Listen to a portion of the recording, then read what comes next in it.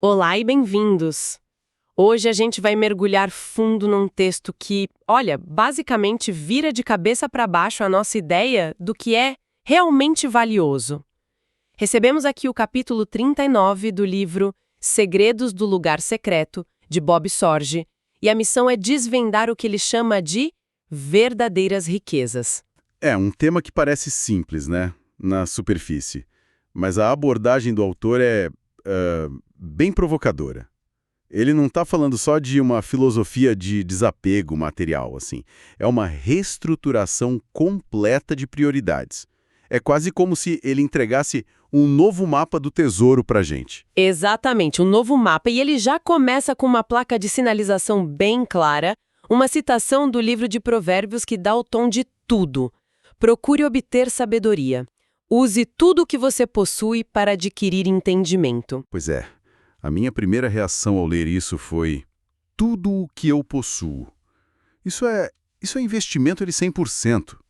Que tipo de sabedoria justifica um custo tão alto? Essa é a pergunta central.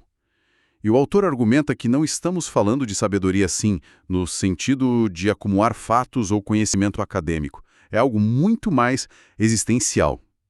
Ele propõe que a sabedoria que vale tudo é, na verdade, um sinônimo de conhecer a Deus intimamente. Certo, vamos desembrulhar essa ideia.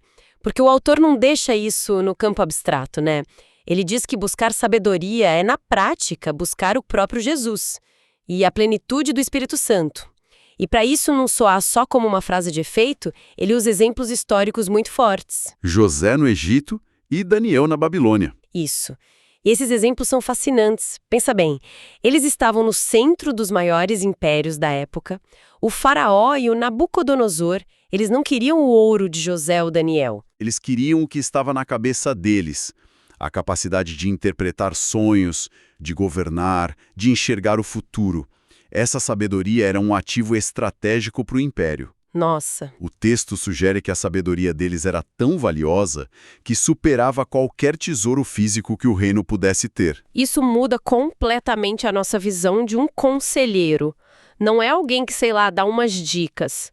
É alguém cujo entendimento é tão vital que um rei pagaria qualquer preço para tê-lo por perto. Exato. A sabedoria ali é quase uma superpotência, um recurso de valor incalculável. E isso nos leva a uma redefinição crucial que o autor faz. Ele pega essa ideia de ter entendimento e vai buscar a raiz dela lá no Salmo 14. Nesse salmo, tem uma técnica poética chamada paralelismo hebraico, onde duas frases seguidas dizem a mesma coisa com palavras diferentes para dar ênfase. Ah, tipo um eco com significado, né? Para reforçar a ideia. Perfeito, é isso. E nesse caso, o Salmo diz: Deus olha dos céus para os filhos dos homens, para ver se há alguém que tem entendimento, alguém que busca a Deus. A análise do autor é que essas duas frases são espelhos. Ter entendimento é um sinônimo poético para buscar a Deus. Entendi. Então a conclusão dele é direta e, para alguns, até um pouco chocante. Que a definição bíblica de entendimento é a busca por Deus. E o inverso também seria verdade. A pessoa que não o busca é descrita como tola ou obtusa. Uau! Não é uma questão de QI, sabe? Ou de formação acadêmica. É uma questão de direção existencial. Ou você está buscando e, portanto, entendendo, ou não está E não está entendendo nada, mesmo que pareça super inteligente para o mundo. É uma afirmação bem radical essa. Muito. E essa ideia de que a busca por Deus é o verdadeiro termômetro da inteligência, ela tem implicações enormes. E parece que o autor leva isso um passo adiante quando ele faz aquela ponte com o Novo Testamento, lá em Lucas capítulo 16. Uma ponte que eu, sinceramente, não esperava. Sim, essa conexão é o ponto de virada do argumento todo. Jesus faz uma pergunta retórica. Se vocês não forem dignos de confiar em lidar com as riquezas deste mundo ímpio, quem lhes confiará as verdadeiras riquezas? Pois é. De repente, a conversa que era sobre sabedoria e entendimento, uma coisa mais abstrata, aterrissa na nossa vida prática, no nosso extrato bancário, na forma como a gente lida com dinheiro. E é uma conexão que pode ser controversa. Essa é a ideia de que a sua gestão financeira é um teste para sua capacidade de receber algo espiritual. Isso pode soar quase materialista, não acha? Meio paradoxal. Sem dúvida. Poderia ser mal interpretado como uma teologia da prosperidade. Mas a lógica do autor é o oposto.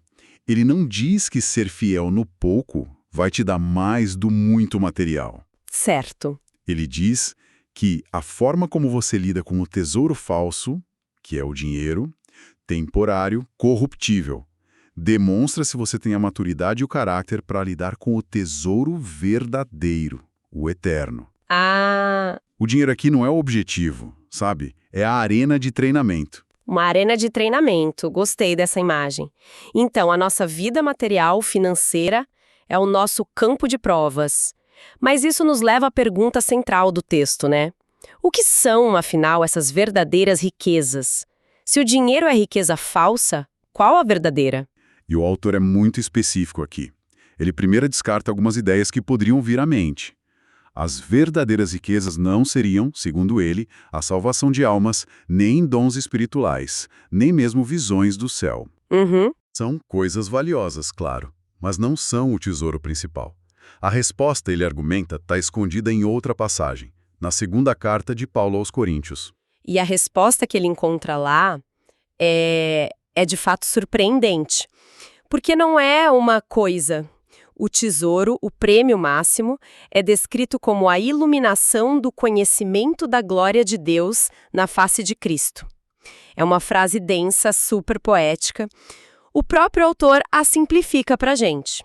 Ele resume dizendo: o tesouro é o conhecimento de Cristo. É o clique. É o ahá, o momento em que a luz se acende e você realmente compreende quem ele é. E para amarrar isso, ele cita Colossenses, que diz que em Cristo estão escondidos todos os tesouros da sabedoria e do conhecimento. Então, o argumento fecha um círculo completo. Começamos com Provérbios dizendo para dar tudo pela sabedoria.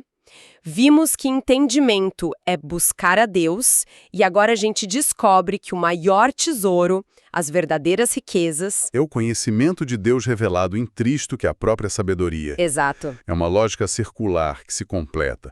As verdadeiras riquezas são a sabedoria e o conhecimento. E ter entendimento é buscar essa sabedoria e conhecimento. Isso leva a uma conclusão incrível que o texto aponta. A busca e o tesouro são a mesma coisa. O ato de procurar já é em si o ato de encontrar. Essa ideia é poderosa, mas também um pouco vertiginosa. Se a busca em si já é o prêmio, como uma pessoa sabe que está no caminho certo? Não tem o risco de se contentar só com a jornada e nunca sentir que chegou a um conhecimento mais profundo? Ótima pergunta. E acho que a resposta do autor estaria no conceito que ele introduz logo em seguida, o lugar secreto. A busca não é um vagar sem rumo, sabe? Entendi. Ela tem um local, uma prática. O lugar secreto é essa dimensão de intencionalidade. É o momento em que você abre a palavra de Deus com um coração que não está pedindo coisas, mas está pedindo para entender. Ele até usa o clamor de Moisés como um exemplo perfeito disso. Revela-me os teus propósitos, para que eu te conheça. Isso. Moisés não pediu ouro nem poder. Ele pediu conhecimento, intimidade. É isso que significa garimpar no lugar secreto. Exato, a imagem do garimpo é central para a conclusão. E para finalizar, o autor usa uma última metáfora tirada do profeta Isaías, capítulo 45. A passagem fala sobre dar a alguém os tesouros das trevas, riquezas armazenadas em locais secretos. Tesouros das trevas. Que expressão forte! O que isso quer dizer nesse contexto? Bom, originalmente a promessa foi para o rei Ciro, um rei pagão.